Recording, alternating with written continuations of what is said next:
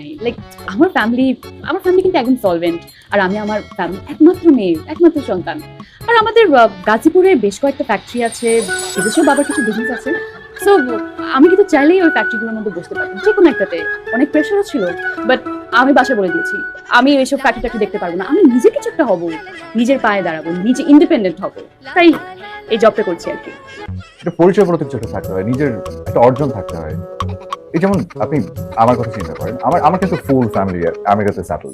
আমাদের ওখানে বাড়ি গাড়ি সবকিছু আছে, কিন্তু আমি বাংলাদেশে। এখানে কেন পড়ে আছি? কারণ এটা বাংলাদেশ, দেশের স্থানে এখানে পড়ে আছি। আর ফ্রেন্ড সার্কেল আছে, মায়া পড়ে আছে। আর ক্রিয়েটিভিটির পোকা মাথা ভিতরে ঢুকে গেছে। তো ক্রিয়েটিভিটিটা ছাড়া আসলে থাকতে ভালো লাগে না। ওখানে গিয়ে কি করবো না করবো দেখে না, দেশে বসে বসে এখানে মাখামাখি তেলের বিজ্ঞাপন বানাচ্ছি।